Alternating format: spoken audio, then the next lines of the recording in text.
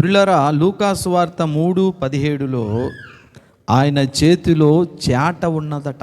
హల్లెలూయా.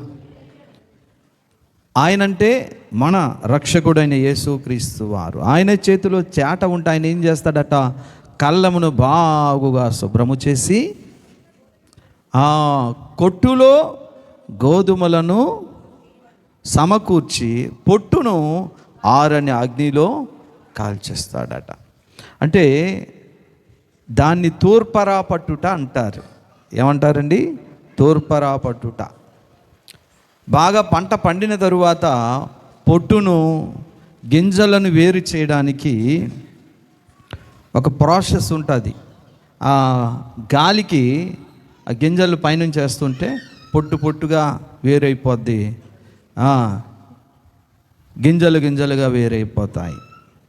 ఆ గింజలన్నీ తీసి ఒక కొట్టు అంటే మనం ఏదో బడ్డీ కొట్టు కాదు, కొట్లు అంటే పెద్ద పెద్ద గరిసెలతో అప్పుడు దాసేవారు. ఇప్పుడు కూడా ఉంటా పల్లెటూరులో. కరెక్ట్ అమ్మా. కనుక ఆ కొట్లలో దేవుడు గోధుమలు దాల్చుట అంటే లోకములో ఉన్నటువంటి మనల్ని తన స్వార్థ ద్వారా వేరు చేసి సంఘం అనేటటువంటి కొట్లలో ఆయన మనల్ని ఇక్కడ దాచిపెట్టాడు. దేవుని స్తోత్రం. ఈ ప్రాసెస్ అంతా ఎలా చేశాడు? ఆయన చాట పట్టుకొని ఆ చాటతో ఇలా వేస్తుంటే ఆ గాలికి పొట్టు వేరైపోద్ది కదా, ఈ వడ్లన్నీ వేరైపోతాయి. అయితే కొట్లలో ఉన్నటువంటి ఈ వడ్లను లేదా ఈ గింజలను మరలా జల్లెడ పట్టడానికి సాతానుడు చాలా సంతోషపడుతున్నాడు. యేసయ్య చేతిలోనైతే చాట ఉన్నది, సాతాను చేతిలోనైతే జల్లెడ ఉన్నది. లూకాసు వార్త 22:31 చదవండి.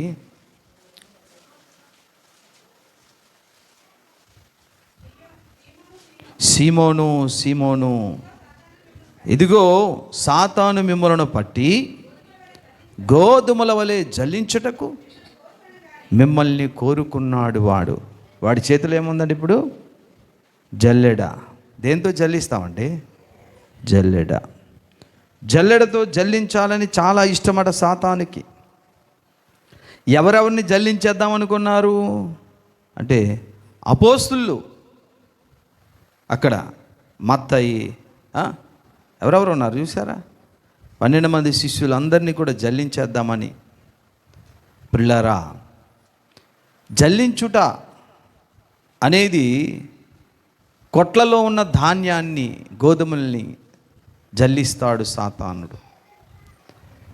పొలములో ఉన్నప్పుడు యేసయ్య జల్లిస్తున్నాడు, అంటే తూర్పరా పడుతున్నాడు చాటతో తూర్పరా పట్టినప్పుడు గాలికి ఎగిరే పొట్టంతా వేరవుతుంది. వడ్లు లేదా గింజలు, గోధుమలు సపరేట్ అవుతున్నాయి. అంటే ఈ లోకములో యేసుక్రీస్తు వారు తన సువార్త ద్వారా లోకమనే పొలములో ఉన్న మనల్ని వేరు చేసి తన కొట్లలో, తన చర్చిలో, తన సంఘములో నిన్ను నన్ను పోగు చేశాడు. అయితే ఇప్పుడు సంఘములో కొట్లలో ఉన్న ఈ ధాన్యమును లేదా ఈ గోధుమలను జల్లించాలని సాతానుడు కోరుకుంటున్నాడు. అయితే కొట్లలోకి సాతానుడు రావడానికి దేవుడు ఎందుకు అవకాశం ఇవ్వాలి, ఛాన్స్ ఇవ్వాలి? ఎందుకంటే ఆ జల్లెడను కూడా జల్లించేటప్పుడు తట్టుకొని నిలబడిన వాడే పరలోక రాజ్యములో చేరుటకు అర్హులన్నమాట. హల్లెలూయా, హల్లెలూయా. అందుకనే దేవుడు అనుమతిస్తాడు. సంఘములోనికి సాతానుడు శోధించేటప్పుడు దేవుడు అనుమతి ఇవ్వడానికి కారణం ఏంటంటే ఆ జల్లించేటప్పుడు కూడా దానిని కూడా నిలబడి జారిపోకుండా, పడిపోకుండా ఉన్నప్పుడే పరలోకానికి మనము వెళతాం. అటువంటి వారే కావాలి దేవునికి.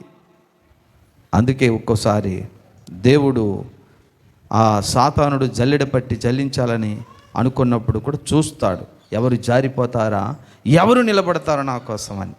హల్లెలూయా. అయితే ఇప్పుడు మీకు వచ్చిన ప్రశ్న ఏంటంటే, సాతానుడు జల్లించే జల్లెడ ఏంటి? అదే కదా, యేసయ్య చేతిలో చాట ఉన్నది, సాతాను చేతిలో జల్లెడ ఉన్నది.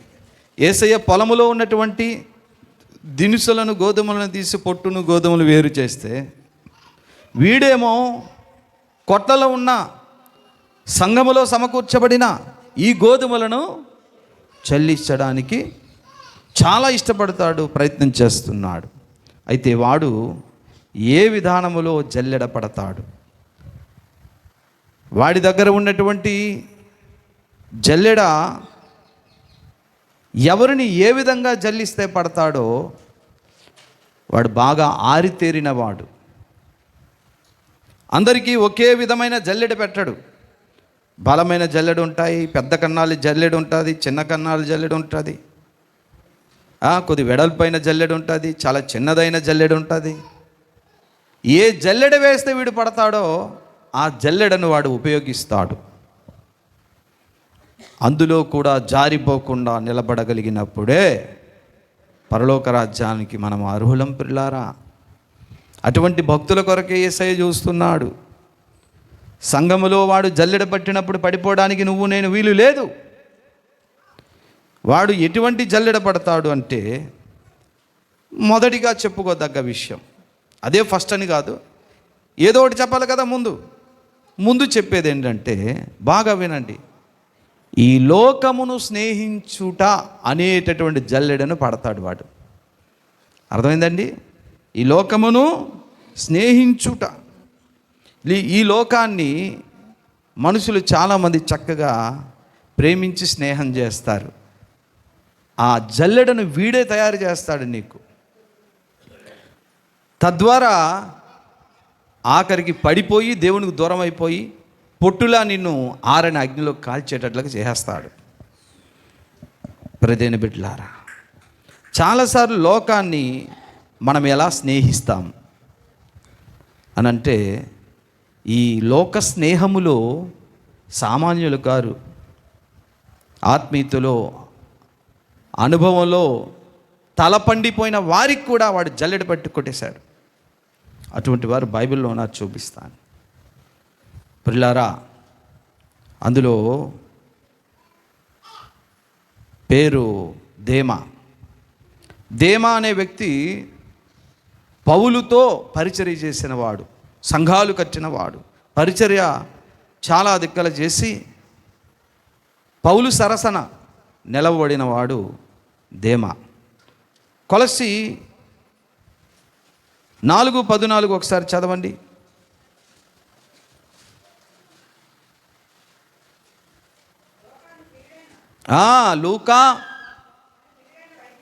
లూకా అనేటటువంటి ఓ ప్రియుడైన వైద్యుడు, డాక్టర్ గారండి లూకా. దేమా చూసారా? అర్థమైందండి? లూకా అంటేనే వైద్యుడు, చక్కగా లూకా సువార్త రాసినవాడు. తన పక్కన ఈయన ఉన్నాడు. దేమా అంటే ఎంత పేరుగాంచిన వాడు. పేరు ఊరు లేనివాడు కాదండి దేమా అంటే, కాస్తో పేరుగాంచిన వాడు. కాబట్టి వారు వందనం చెప్తున్నాను అన్నాడు. 2 తిమోతి 4:10, తిమోతికి రాసిన 2వ పత్రిక 4:10.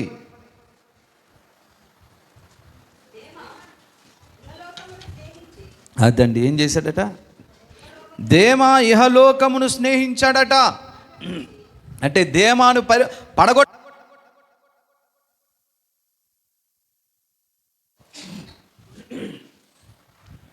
దేమాను పడగొట్టాలి అంటే ఏ జల్లెడ వాడాలి? ఈ లోక స్నేహం అనే జల్లెడ వాడితే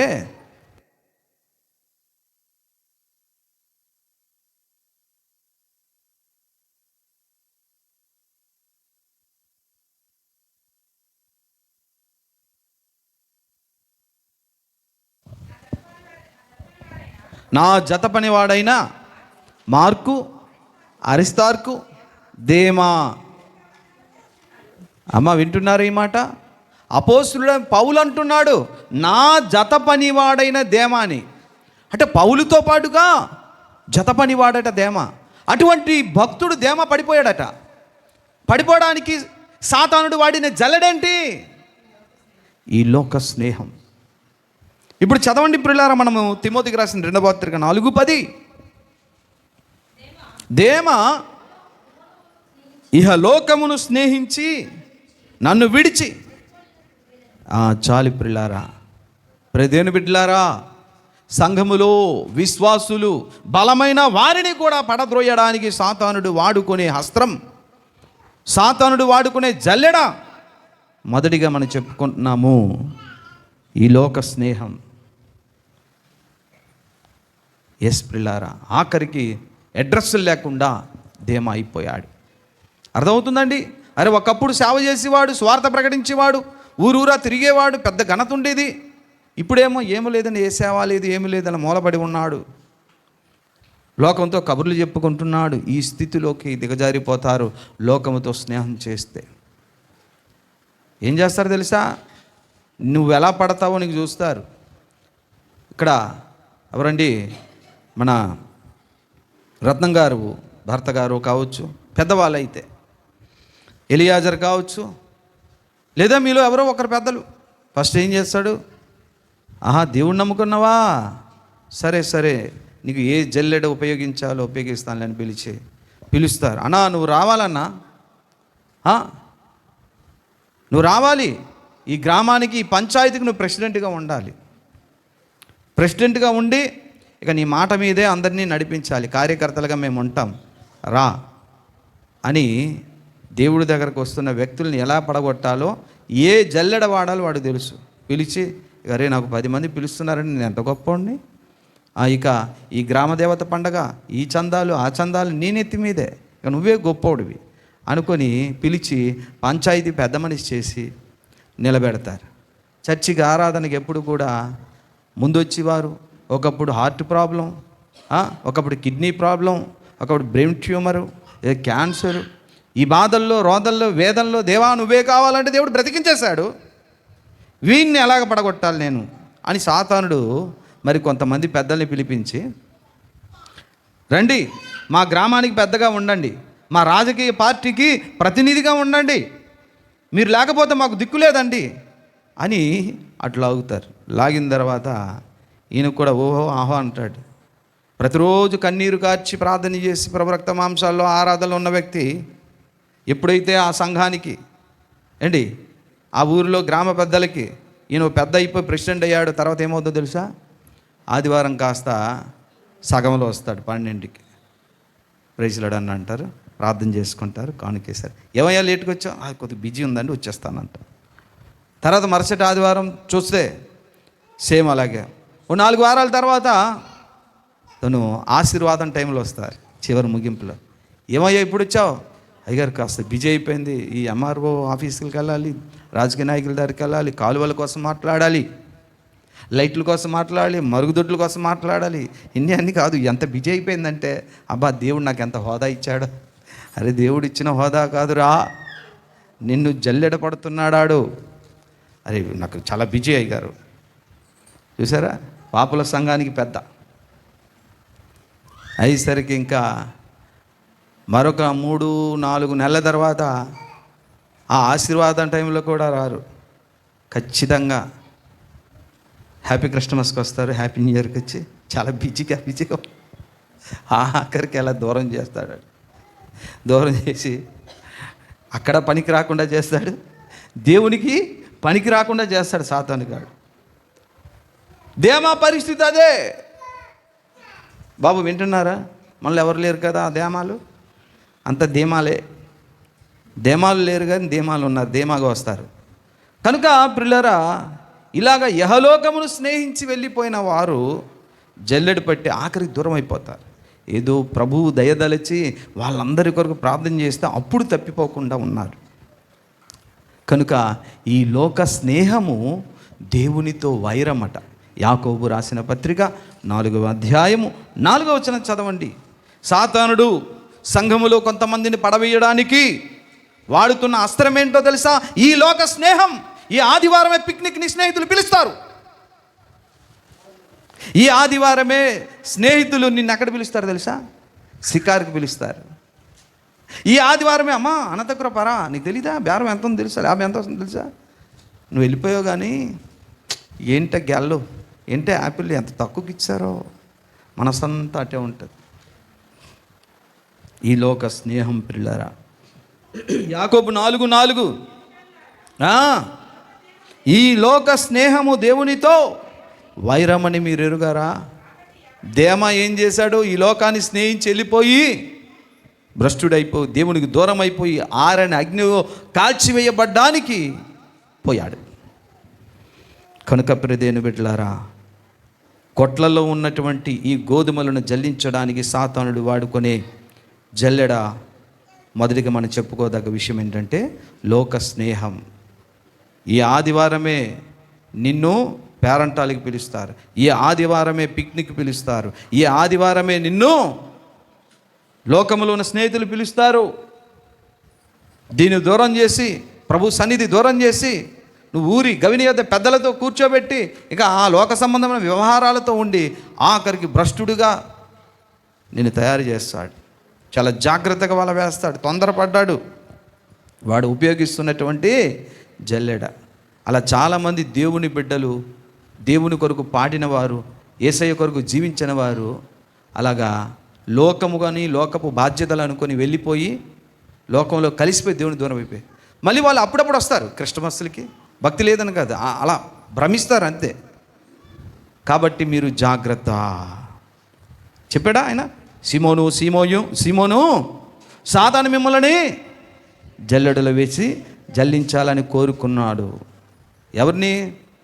అరే మహా భక్తులనే వాడు జల్లెడ పడుతున్నాడు. నువ్వు నేనే పాటి వాళ్ళం. మనం నిలబడాలంటే, జల్లెడలో జారిపోకుండా నిలబడాలంటే ఆయన యొక్క సహాయమును వేడి మనం నిలబడాలి. హల్లెలూయా, హల్లెలూయా, హల్లెలూయా. గమనించాడు అయ్యగారు. అయితే ఆ లోకంతో ఉన్నటువంటి స్నేహితులతో మాట్లాడడం తప్ప, బంధువులతో మాట్లాడడం తప్ప, సామాజికంగా సహాయం చేయడం తప్పు కాదు నాయన. లోకముతో నువ్వు స్నేహం చేయగానే లోకము లేనోళ్ళకి రానివ్వకూడదు. లోకముతో స్నేహం చేస్తావు కానీ లోకాన్ని నీలోనికి రానివ్వకూడదు. లోకానికి నువ్వు రానిచ్చావు లోపల. అంటే సముద్రములో పడవ ఉండాలి, తప్పదు. కానీ పడవలోనికి నీళ్ళు వస్తే ఏమవుద్దండి? అది లోకంలో మనం ఉండక తప్పదు కదా. కానీ లోకాన్ని మనలోనికి తీసుకురాకూడదు. అర్థమవుతుందా? లోకాన్ని మనలోనికి తీసుకురాకూడదు. అక్క, అన్నయ్య, ఫ్రెండ్ బాగున్నారు, ఓకే అంతవరకే. వాడి అలవాట్లు మనలోకి తీసుకొస్తే ఏమవుద్ది? అప్పుడు మనమే మునిగిపోతాం. కనుక సాతానుడు వాడేటటువంటి జల్లెడ ఏంటి? మొదటిది అనుకున్నాం, లోక స్నేహం అనే జల్లెడ. పడ్డారేంటి మీరు ఎవరైనా? పడకూడదనే హెచ్చరిస్తున్నాడు దేవుడు. హల్లెలూయా, హల్లెలూయా. ఇక రెండో విషయాన్ని మనం గమనించినట్లయితే, సాతానుడు వాడేటటువంటి జల్లెడ పిల్లరా శరీర సుఖం. శరీర సుఖం ఎలా ఉంటుంది? శరీర సుఖం చెప్పనా? తిండికి గతి లేదు నీకు, ఒకప్పుడు సరైన బట్ట కట్టుకోవడానికి లేదు నీకు, కన్నీరు కార్చావు, ఏడ్చావు, ఒంట్లో ఆరోగ్యం లేదు, వేదనతో ప్రార్థించావు. దేవుడు ఆ వేదనను తొలగించాడు. కడుపారా భోజనం పెట్టాడు, ఒంటి నిండా బట్ట, ఇంటి నిండా వస్తువులు, అంతా సుఖంగా దేవుడిచ్చిన తర్వాత రాబిడ్డ ప్రార్థన కంటే అబ్బా కష్టం అండి, ఎందుకంటే నాకు అంత దూరం నడవలేను. రాత్రిపూట ప్రార్థన ఏంటండి? ఎండ ఏమనుకుంటున్నావు? చలో అబ్బా చినుకులు, అబ్బా తట్టుకోలేను. నువ్వు దేవుని కంటే సుఖమును ప్రేమిస్తున్నావు. తిమోతికి రాసినటువంటి చూడండి పత్రిక, రెండవ పత్రిక 2వ అధ్యాయం 3వ వచనములో ఎలాంటి వాళ్ళు ఉంటారో, సాతానుడు నిన్ను శరీర సుఖమనే జల్లెడ పెడతాడు, అందులో పడతావని. అమ్మా 2 తిమోతి 2 మూడా? 3:1 అనుకుంటున్నాను చూడండి. 3:3 అయితే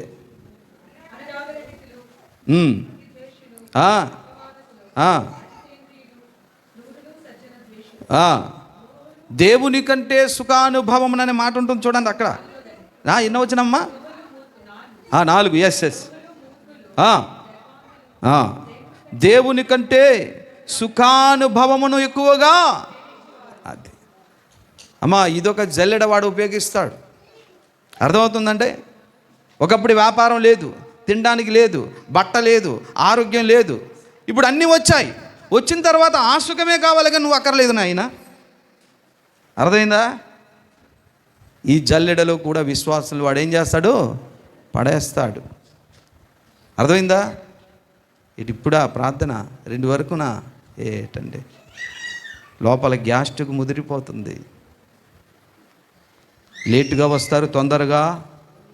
ఎందుకంటే నాకు సుఖం కావాలి, భక్తి కాదు, దేవుని ప్రేమ కాదు, నాకు సుఖం కావాలి. రాత్రి శుక్రవారం ఆరాధన, అమ్మో వెళ్తే ఏమైనా ఉందా? ఆ చీకట్లో రాక్షసులు వచ్చి నన్ను తినివు, నేను రాను. సుఖమును ప్రేమిస్తున్నారు బిడ్డలు. అలాగ మెత్తబెడతారు జాగ్రత్తగా, తప్పమని విడిచిపెట్టేస్తారు ప్రాణం. మనము సుఖమును ప్రేమించుట కాదు, సుఖానుభవమును ప్రేమించుట కాదు, శ్రమానుభవమును ప్రేమించాలట. హల్లెలూయా. యాకోబు పత్రిక 5వ అధ్యాయం 10వ వచనం ఏం చెప్తుంది చూడండి ఒకసారి త్వరగా.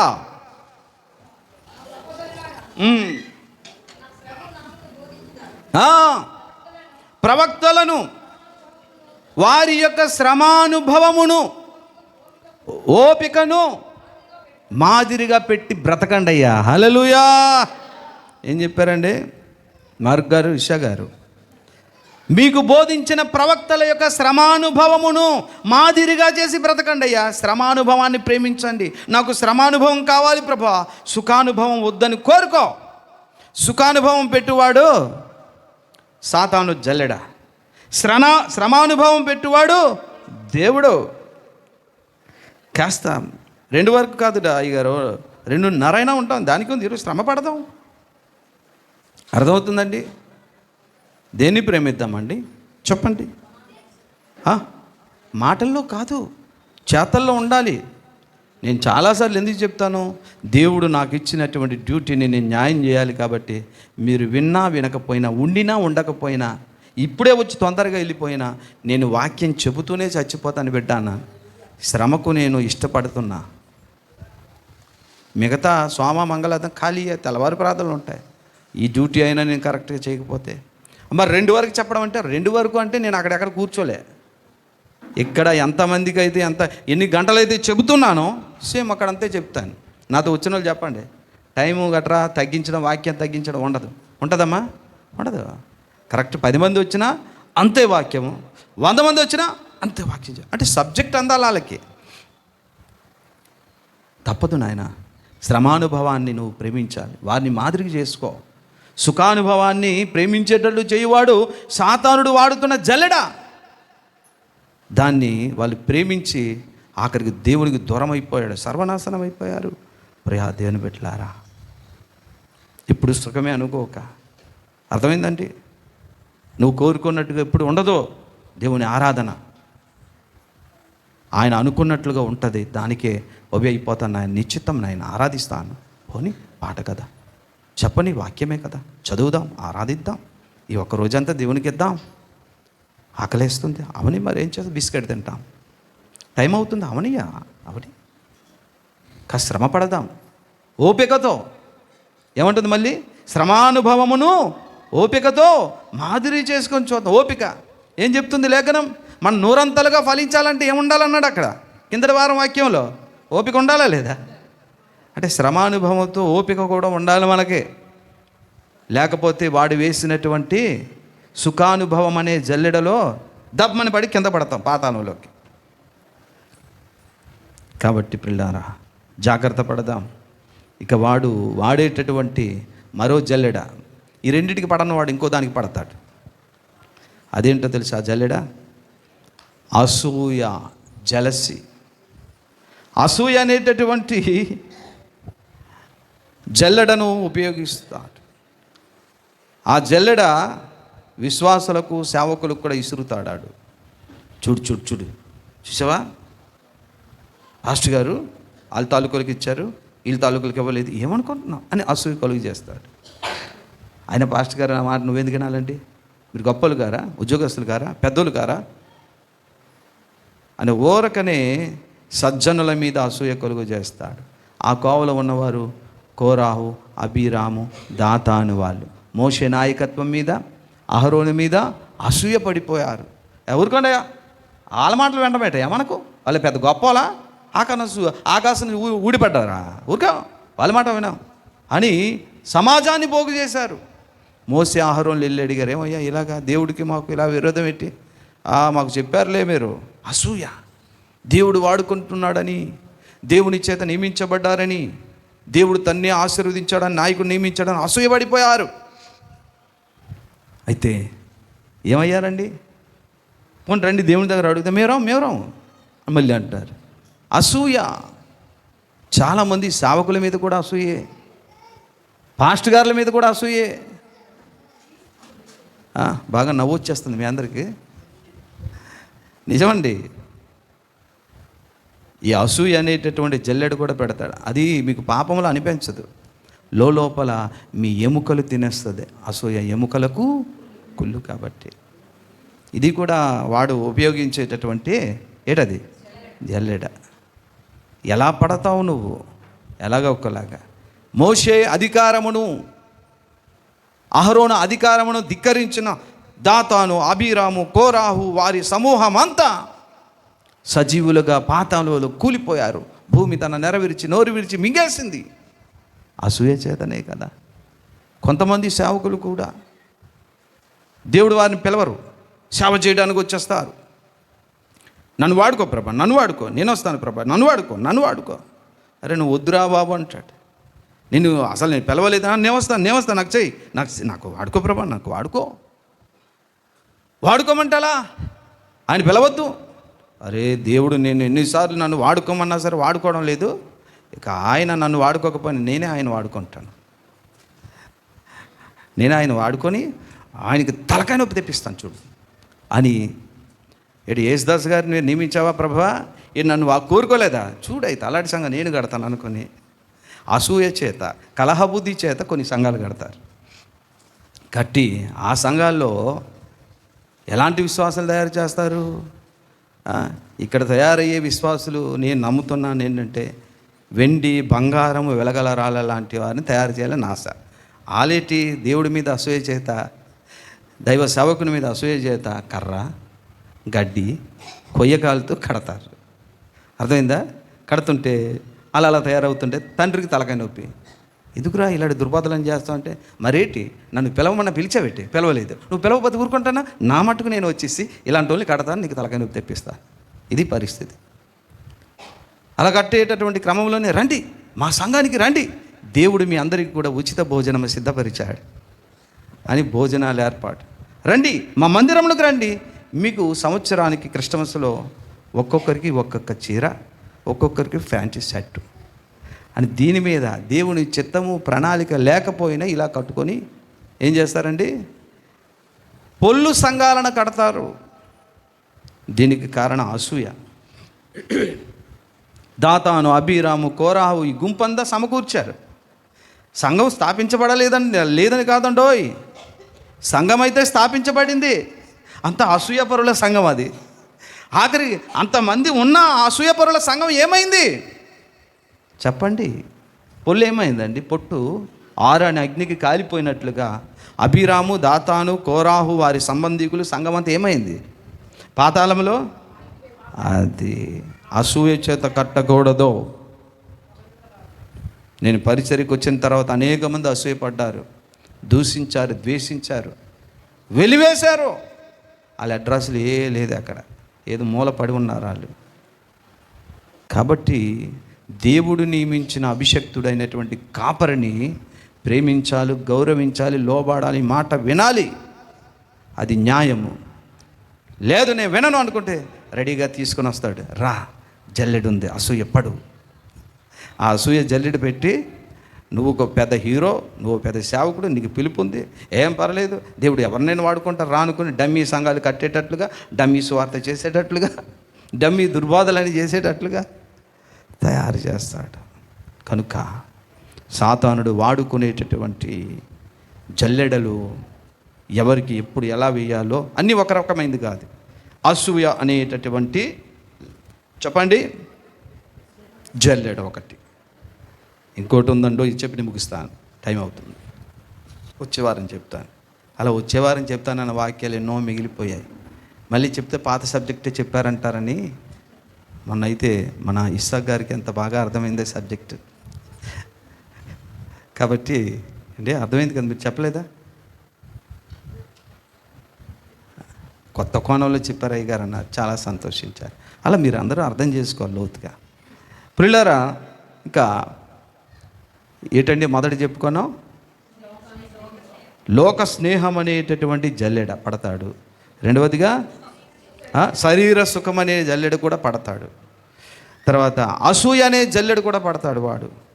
ఇంకా ధనాపేక్ష అనేటటువంటి జల్లెడ కూడా పడతాడు. ఇది కూడా డేంజరే. 12 మంది శిష్యులు ఉన్నారు. ఎవరికి ఏ విధంగా పడదొరిస్తే బాగుంటుంది అని చూశాడు. పేతురుని కూడా పడదోయడం చూశాడండో. కానీ దేవుడు దయదలచి ప్రార్థన గట్టిగా చేస్తే పేతురు పడిపోకుండా కాపాడబడ్డాడు. అప్పటికే అన్నాడు, ప్రభా ఊరుకో, నువ్వు చచ్చిపోవడమేంటి, నీకు ఎప్పుడు మరణము రాకూడదు, అది దూరమగును కాక అన్నాడు. సాతానా పో అన్నాడు యేసయ్య పేతురుని చూసి. అయితే ఆఖరి ఇస్కరియోతు యోధా మాత్రం పడిపోయాడు. ఎక్కడ పడ్డాడు? అర్థమైందా? ధనాపేక్షతో. ధనాపేక్ష సమస్త కీడులకు మూలము. అర్థమైందా? నిన్ను బాగా పరిశుద్ధతలోండి చెరిపియాలంటే, నువ్వు నీతిగా జీవిస్తూ నీతిని చెరిపేయాలంటే, నీ యథార్థతను చెరిపేయాలంటే నీకు లంచం ఇస్తే చాలు. ఫస్ట్ మాత్రం మనం పర్ఫెక్ట్గా ఉన్నట్టుగా. బిలాం దగ్గరకు వచ్చారు బాలాకు రాజు. ఊరినైనా చెమల దండులాంటి జనాలు ఐగుప్తు నుండి ఏదో కనాను వైపు వెళ్తున్నారు, అందరినీ జయించారు, మమ్మల్ని కూడా జయించారు, భయమేస్తుంది, నీ వాక్కు కోసం మాకు బాగా నమ్మకం, నువ్వు ఏది పలికితే అది జరిగిపోద్ది ఓ బిలాము, కాబట్టి మేము కత్తి లేపి వాళ్ళు చంపకముందే మీ నోటి ద్వారా శపించే చచ్చిపోతారు వాళ్ళు, నీకు ఎంత కావాలి చెప్పు అని పంపించారండి. రత్నాలు, బంగారము, డబ్బు ఏవేవో పంపించేసరికి బహుమానాలు పంపిస్తే బిలాము దేవుడితో మాట్లాడుతూ ఎవరో వచ్చారు చూడవే అంటే, అప్పుడు చూశారు. సరే ఏమయ్యా ఏంటిదంటే, మా రాజుగారు ఎవరు బాలాకు రాజు పంపించారు ఈ బహుమానాలు నీకోసమే. ఆహా, నాకు ఏంటి, నా పని ఏంటి, ఇంకేం కాదు, వాళ్ళు ఎవరో వస్తున్నారో వాళ్ళు శపించేయాలి. అలాగా శపించాలి, ఎవరట? సరే నా దేవుణ్ణి అయితే నేను అడుగుతాను అన్నాడు. దేవుణ్ణి అడిగాడు, దేవుడు ఇచ్చాడు. నా కుమారుడా, వాళ్ళు నా బిడ్డలు, నేను ఆశీర్వదించే బిడ్డలు, వాడిని శపించొద్దు, సరేనా, నీకు ఇచ్చిన వరం అలా దుర్వినియోగము చేసుకోవద్దు అని చెప్పేసరికి వాళ్ళు ఏం చేశారండి, కిందకి వెళ్ళి బాబు నా దేవుడు వద్దన్నాడు, దయచేసి మీరు పట్టుకెళ్ళిపోండి బాబు అంటే, సరే అండి పట్టుకెళ్ళిపోయారండి. ఆ విషయం రాజుగారికి తెలిసింది. హర్రే ఏంటి అలా చేశాడు బిలాం ప్రవక్త, సరే కానీ ఇప్పుడు తక్కువ ఇచ్చారు మీరు బహుమానం, దాన్ని కాస్త ఇంకా ఎక్కువ రెట్టింపు తీసుకెళ్ళు, మీరు నలుగురు వెళ్ళారు, చిన్న కాదు, కొద్దిగా హోదా ఉన్న వాళ్ళు కూడా వెళ్ళండి, ఎక్కువ మంది పంపించి ఎక్కువ బహుమానాలు పంపించారు, ముందు పంపించిన దానికంటే పెట్టారు. మళ్ళీ ఏంటయ్యా ఇలాగొచ్చారు, ఈ సంత ఏంటి? అదేనండి బాలాకు రాజు గారు మనం పంపించి చాలదేమన్నది, మరి కాస్త ఎక్కువ పంపించారు. ఆహా అలాగా, అదేనండి వాళ్ళని శపించాలి మీరు అన్నప్పుడు ఈయన ఏం చేయాలి? అరే బాబు రాత్రి చెప్పాడు కదా ఆయన, అసలు ఆయన చెప్పాడు వద్దని శపించొద్దని, తీసుకెళ్ళండి వెళ్ళండి ఖాళీ చేయండి ఎక్కడ దుకాణం అనాలి కదా, అనలేదు. ఆశ పుట్టింది కాస్త, అది ముందు ఆశ పుట్టేసింది. దుర్నీతి వలన, అధర్మము వలన, లంచము వలన, వ్యభిచారం వలన, అక్రమము వలన, అక్రమ అర్జితము వలన ఆశ పుడుతుంది. సరే ఏం చేద్దాం ఇప్పుడు, ఆయన ఏమో వద్దంటాడు, ఇవేమో ఎక్కువ వచ్చేసాయి, వెంటనే పంపించాలి, ఇక కాంటాక్ట్ చేయకూడదు దేవుడికి, వద్దులేండి రాత్రి చెప్పాడు దేవుడు అని. సరే మరి ఇంత తెచ్చారు కదా, ఒకసారి దేవుడిని అడుగుతాం, ఈరోజు రాత్రి మనసు మారిపోద్దా దేవుడిది? నేను వద్దన్నవాడు ఈరోజు తీసుకోమంటాడా? అంటే నీలాంటి నాలాంటి మనసా అయింది? డబ్బు చూడగానే మనసు మారిపోవడానికి? అంటే దేవుని మైండ్నే మార్చేద్దామని ధనాపేక్ష అలాగ ఉంటుంది. ధనాపేక్ష దైవ నీతిని కూడా మార్చడానికి ప్రయత్నం చేస్తుంది. అయినా అదేం తప్పు ఉందండి? దైవ నీతిని తప్పించడానికి అక్రమాలు పనిచేస్తాయి. దావీదేమన్నాడండి? దానికి ఏముందండి, కత్తి ఒకప్పుడు నీ మీద పడుతుంది, నా మీద పడుతుంది, పోతే పోయింది ఓ ప్రాణం, ఊరియా ప్రాణం, అంతే కదా అన్నాడు. అది తను చేసింది కూడా సమర్థించుకుంటాడు. ధనాపేక్ష. అప్పుడు వెళ్ళి అడిగితే, ఏమయ్యా ముందే చెప్పాను కదా, నువ్వు మళ్ళీ రావడం ఏంటి? ఈసారైనా నీ మనసు మార్చుకుంటే తీసుకోమంటావేమో అని. దేవుడు ఎప్పుడు మాట్లాడాడు. అవునని కాదని చెప్పడు, కాదని అవునని చెప్పడు. ఆయన అవునంటే అవునే, కాదంటే కాదే. నువ్వు మారిపోవాలి తప్ప ఆయన మార్చకూడదు, ఆయన వాక్యాన్ని మార్చకూడదు. కానీ ధనాపేక్ష అటువంటి ఆశ కలిగిస్తుంది. అదొక జల్లెడ, చాలా డేంజర్ పిల్లారా. నువ్వు ఈ మూడింటికి పడకపోతే ఇది కూడా వాడతాడు, ఈ జల్లెడ తీసుకొస్తాడు. దేనికి పడతావు నువ్వు అని చూస్తాడు. అందుకే జల్లెడలో ఉండి మనం ఏ జల్లెడైనా జారిపోకుండా దాన్ని కూడా తట్టుకొని నిలబడాలంటే దేవుని సహాయం కావాలి. నేను జారిపోతానేమో తండ్రి, నన్ను రక్షించు, నన్ను కాపాడు ప్రభు అని అడగాలి. మన బలము చాలదు. ఎప్పుడు నా స్వశక్తి చేత నేను జయించగలను అనుకోలేను. నా తండ్రి నిన్ను జారిపోకుండా నన్ను కాపాడు ప్రభువా, నన్ను నిలబెట్టు ప్రభువా, నాకు సహాయం చేయి తండ్రి అని మనం ప్రార్థిస్తే తండ్రి అయిన దేవునికి ఆయన కూడా ప్రార్థిస్తాడు. మరింత శక్తితో నింపబడతాం. మనము జల్లెడలో కూడా జారిపోకుండా నిలబడినప్పుడు అటువంటి బిడ్డలకు దేవుడు పరలోకంలో స్థానాన్ని ఇస్తాడు, గురుతరమైన బాధ్యతలు ఇస్తాడు. ఇస్కరియోతు యోధ అలా జారిపోవద్దు, దేమాలా పారిపోవద్దు, దాతాను అభిరాము కోరాహులా తిరుగుబాటు చేయొద్దు. సాతానుడు జల్లులో పెట్టి మనం జల్లడించినా సరే నీ కొరకు నిలబడేటటువంటి ఆత్మీయ శక్తి, సామర్థ్యము, పరిశుద్ధత, నీతి, యథార్థత నాకు దయచేయి తండ్రి అని అడుగుతాం.